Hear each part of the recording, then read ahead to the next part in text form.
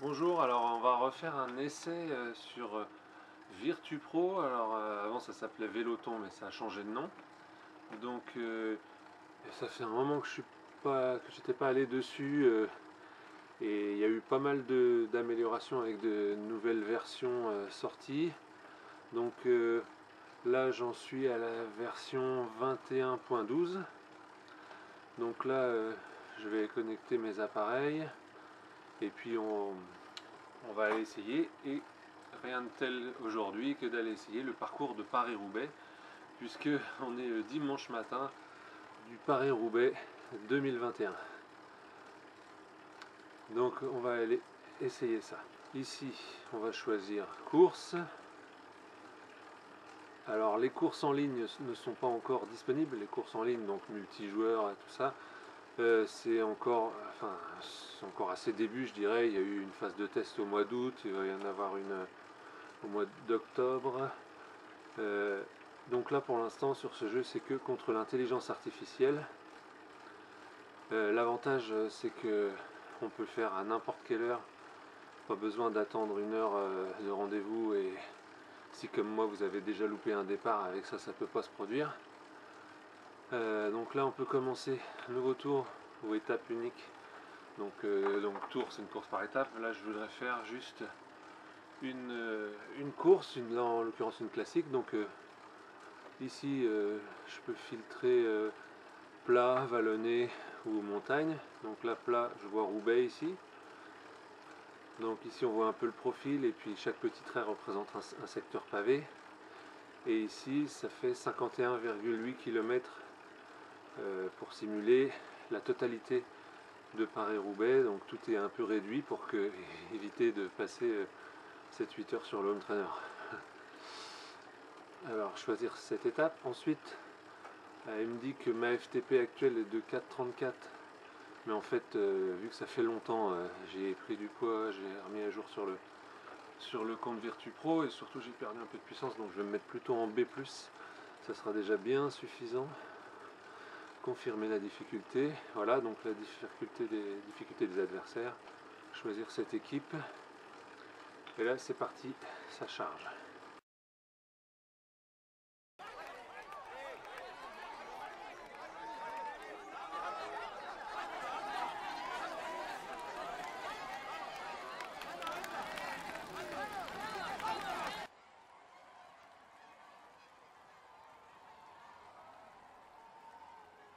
Donc là pour le départ, je voudrais essayer de suivre le gros du peloton sans m'occuper des échappées.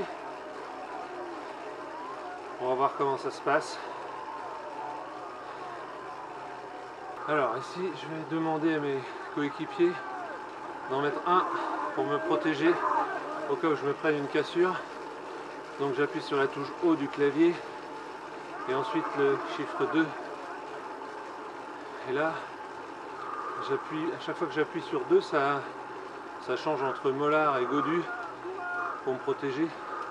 Donc je vais mettre Mollard, ok, ensuite O pour quitter. Voilà, et donc là on va voir si un coureur vient devant moi avec le même maillot que moi. Donc on voit en haut à gauche qu'il y a 5 groupes maintenant d'échappés devant le peloton. On voit combien j'ai de coureurs de mon équipe dans chaque groupe. Donc en tout j'ai 3 coéquipiers à l'avant. On voit les écarts, 27 secondes. Voilà. Ah, ça y est, Mollard est à côté de moi. Il va peut-être se mettre devant s'il y a besoin, si je suis plus dans l'abri. Voilà, donc la fonction protéger a fonctionné. On va voir si ça me sert par la suite. Donc là on voit que Mollard ne me quitte pas d'une semelle. Donc c'est bien, ça me rassure. Je me dis que si je me prends une petite cassure, il va m'aider à la boucher sans que je gaspille des forces. Ensuite on voit en haut à gauche ici que les échappés, il y en a 16 au total, et que j'en ai 3 de mon équipe qui sont dans cette échappée. Donc c'est pas à moi de rouler. Moi je suis et je fais travailler les autres équipes. Voilà, donc la course est encore longue. Il reste encore 40 km. Donc à l'échelle de Paris-Roubaix, ça fait comme s'il restait encore 200 km. Donc on va rester sagement planqué. Donc là c'est bien parce que depuis le début j'ai 207 watts de moyenne. Donc ça fait un entraînement assez intéressant sans se mettre dans le rouge. Et j'imagine que je vais me mettre dans le rouge plus tard, mais par rapport aux autres plateformes où on est obligé de se mettre à fond dès le début, ici il y a une autre façon de courir qui est assez intéressante. On va arriver pour eux à l'approche du premier secteur pavé où il faudra l'aborder dans les toutes premières positions pour éviter toutes mes aventures par la suite. Alors là on voit que tout le peloton me passe. Bon là je suis pas une puissance élevée encore, c'est compréhensible. Mais surtout l'avatar ne cherche pas trop à se remettre sur la droite pour reprendre les roues. Mais on voit quand même que j'ai 91% d'aspiration. Bon là quand même je suis monté à plus de 300 watts. Et on ressent pas une nette accélération. On voit que c'est plutôt le reste du groupe qui ralentit. Et je me retrouve enfin dans les roues. Mais bon, c'était légèrement perturbant. Qui insiste, qui aimerait bien prendre du champ comme Penart. Oui.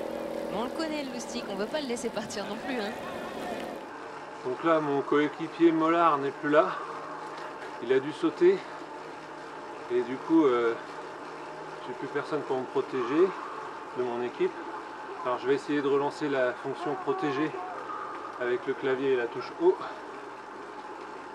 O, 2. Alors, protéger, Mollard, Godu. Ouais, mais Godu il est échappé. Donc je vais essayer de remettre Mollard. Ok. Peut-être qu'il est rentré et qu'il va pouvoir revenir à nouveau m'aider. On va voir. Alors là j'ai demandé à Godu s'il pouvait venir me protéger parce que je vois qu'il est tout seul intercalé 14 secondes devant le peloton alors qu'on en a deux devant. Il se crame pour rien. Alors j'ai appuyé sur O et j'ai sélectionné protéger en sélectionnant Godu. Ouais mais ça a sauté. Non apparemment. Ah je vais essayer comme ça, là il est sélectionné. Ah non, le fait qu'il soit devant ça doit pas marcher. Donc apparemment je peux pas lui dire d'attendre. Ok. Ah ça y est, Godu se fait reprendre. Donc on est à nouveau deux dans le peloton. Je vais essayer de lui redemander de me protéger là pour voir.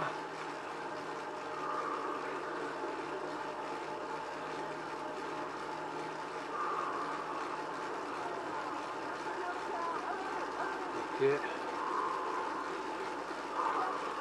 Il est juste devant moi.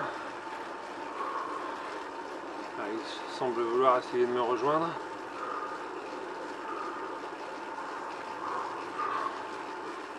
Et là, si je rappuie sur O, ah non, c'est toujours pas en jaune.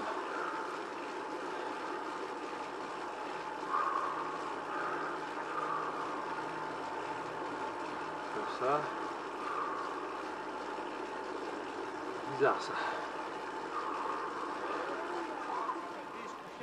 L'impression visuelle de Thomas, c'est que ça roule ici aux alentours de 50 km/h. Ça y est, on est sur le premier secteur.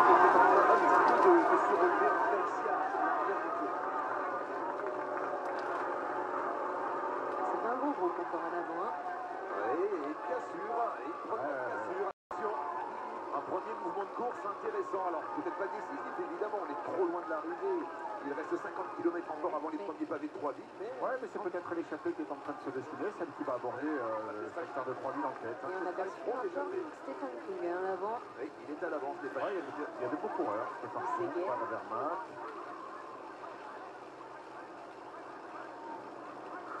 Donc là sur les premiers secteurs pavés, ce qui est intéressant c'est qu'on voit que la route se rétrécit bien. Donc ça c'est important pour le placement et ça apporte du piment à la course. La pluie, le froid, on se souvient de son mondial.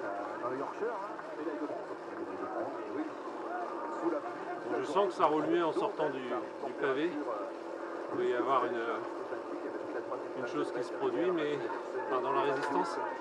Par contre, pas de road feeling, pas de ressenti des vibrations, alors que ça serait possible avec le Néo. Également à l'avant, alors on va faire un état des lieux dès que possible, bien évidemment. On va vous détailler ce groupe de tête.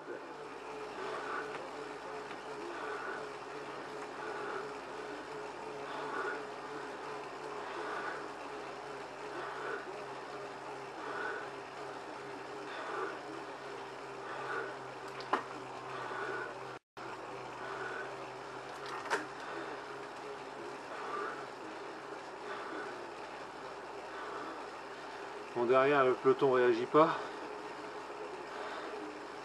C'est moyen parce que là, si je ressors tout seul en chasse-patate sur 33 mecs devant, ce serait un peu idiot.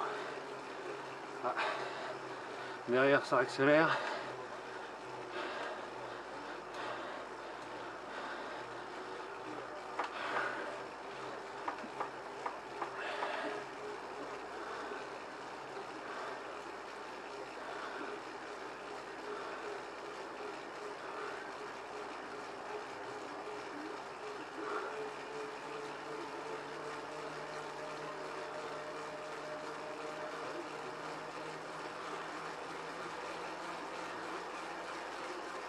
Donc là, ça s'est accéléré. Ah, bah j'arrive dans la tranchée d'Arambert. Voilà, la course va vraiment se lancer là. Donc il reste 19 km et ça fait multiplié par 5 pour le jeu. Jusque là, le peloton n'a pas trop réagi, mais il reste presque 100 bornes. Ça peut s'expliquer. Bon allez, trouille d'Arambert. Je vais quand même accélérer.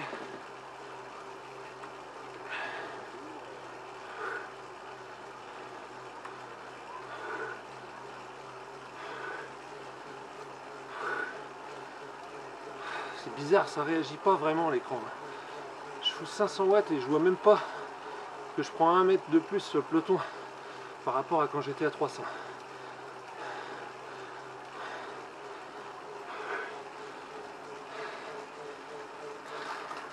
Ce manque de réponse est quand même frustrant.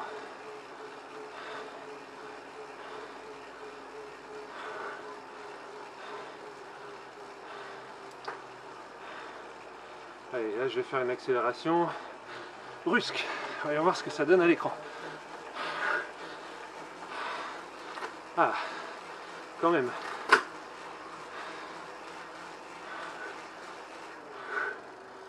Bon. Je vais me remettre dans les roues.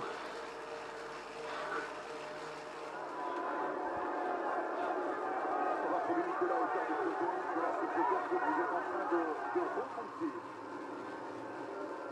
Oui, et je serre les fesses parce que c'est très impressionnant d'être au milieu d'un peloton comme ça, sans se retrouver. Et ça part de tous. Il y a beaucoup de signes. J'ai vu notamment Dassel, à un moment qui crie le micro à Grenadier qui lève la main pour dire qu'il y a du directionnel. Il y a plein de codes. C'est vraiment assez passionnant et un petit peu effrayant comme ça de se retrouver au milieu du peloton. Et je peux vous dire que c'est extrêmement concentré. Grande concentration pour tous les coureurs. Il n'y a pas, évidemment pas un sourire, vous en doutez. Et il y en a un qui est extrêmement bien placé dans la roue de 4 équipiers. C'est Mathieu Van Der Poel aux alentours de la 10e place déjà. C'est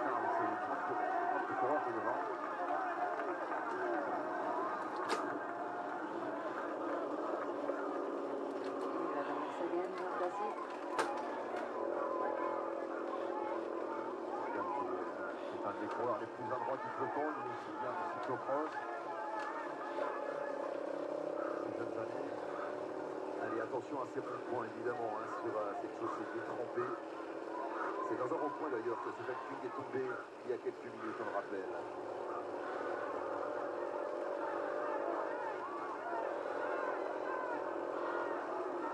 Et on voit les drapeaux ici, côté gauche, et là, qui flotte au vent, donc le vent commence à prendre de l'intensité. C'est le cas également à Roubaix. On voit bien que tout à l'heure, il n'y avait rien du tout, et ça y est, ça commence à flotter au vent. Ouais, et il pleut toujours, très fort. Ah oui, par contre, ça n'a pas changé. Ça n'a pas changé, ça ne changera pas.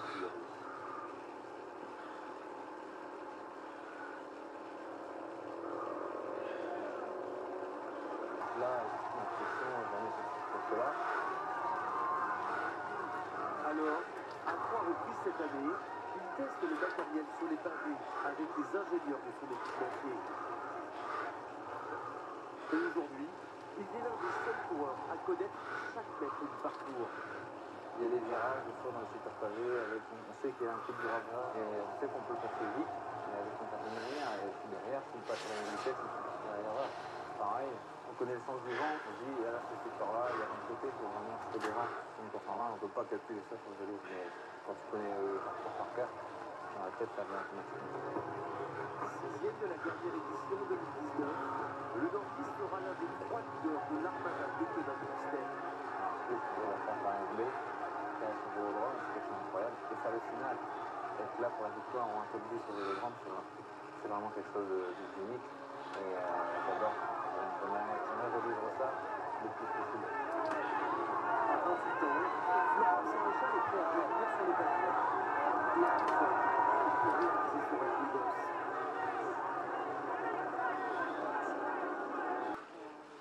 Donc là, on voit que sur les pavés, on a moins de 40% d'aspiration, je dirais 35-36, alors qu'on peut avoir jusqu'à 100% sur la route normale. Ça c'est pas mal aussi pour changer l'impression. Forcément quand ça roule mal, on est moins aspiré. Voilà. Bon, le peloton, quand il était à 16 secondes, j'ai essayé de rentrer, mais je rentrais pas tout seul. L'échappée, je veux dire. Et du coup, j'ai dû attendre le peloton. Mais là, ça recreuse. Je pense que ça va être dur de revenir sur l'échappée. On va voir si ça va se produire ce scénario-là dans le vrai Paris-Roubaix aujourd'hui. Est-ce que l'échappée de 30 va aller au bout? On va voir. De 23 de secteur pavé, on voit pratiquement tous les favoris aux avant-postes. J'ai aperçu Sagan, j'ai aperçu Sénéchal, Adrien Petit qui a remonté. Donc là, on devrait arriver bientôt dans le secteur du carrefour de l'Arbre. Ça va être peut-être le dernier moment pour faire la différence. Allez, il faut que j'essaye de passer en tête.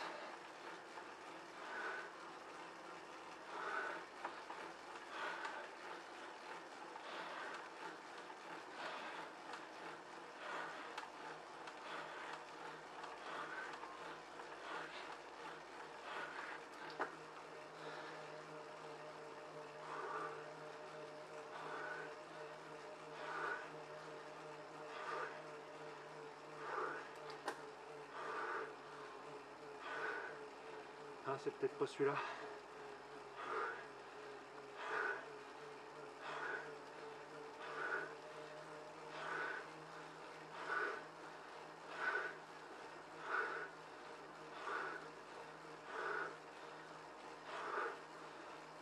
Plutôt celui-là.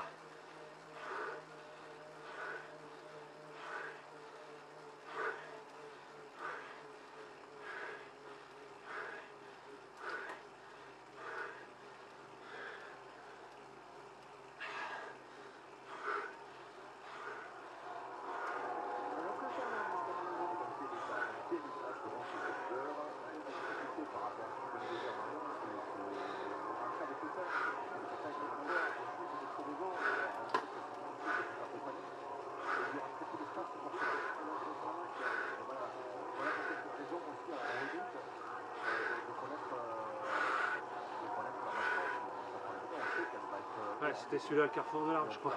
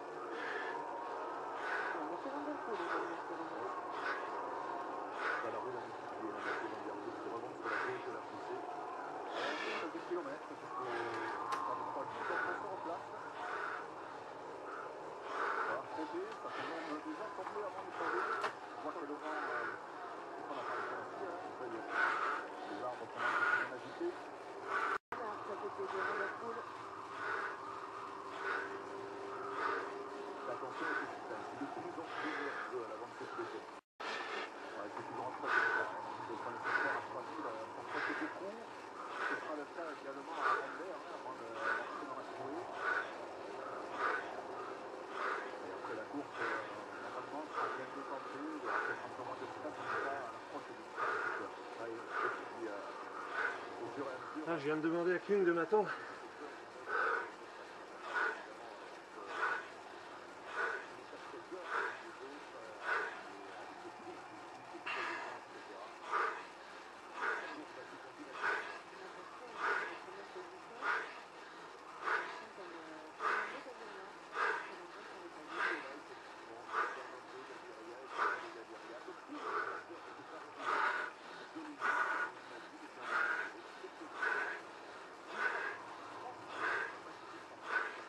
Ah, il y a un coureur qui m'attend. Ah, c'est Pinot.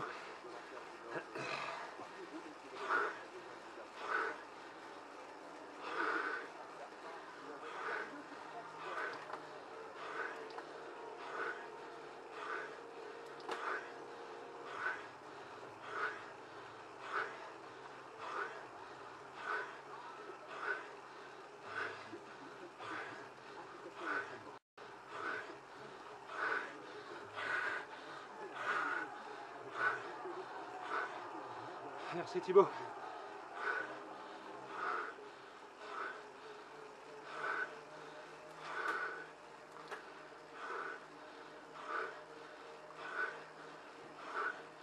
Allez, rythme élevé de mes équipiers.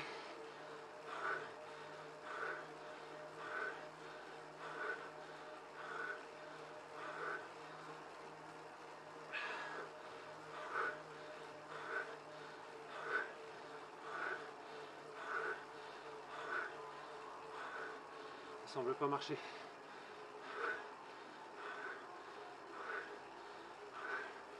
Allez, protégé.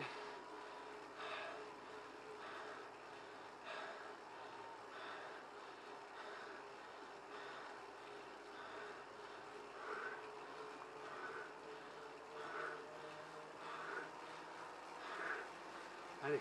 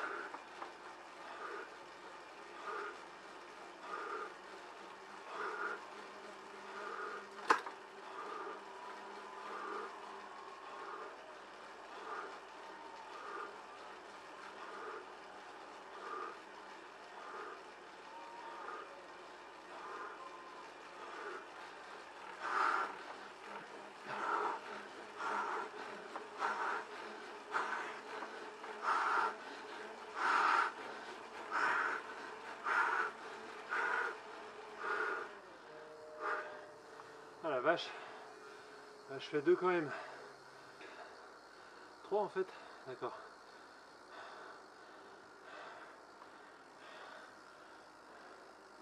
Bon bah c'est pas si mal pour la fin. Ouais. Il y a eu de beaux petits progrès. J'ai du mal à faire des commentaires là comme ça à chaud. J'ai bien aimé la fin quand j'ai pu demander à mon coéquipier de m'attendre quand j'étais sur le point de rentrer. Il était un petit peu long à réagir mais il l'a fait quand même et ça m'a un peu aidé. Voilà.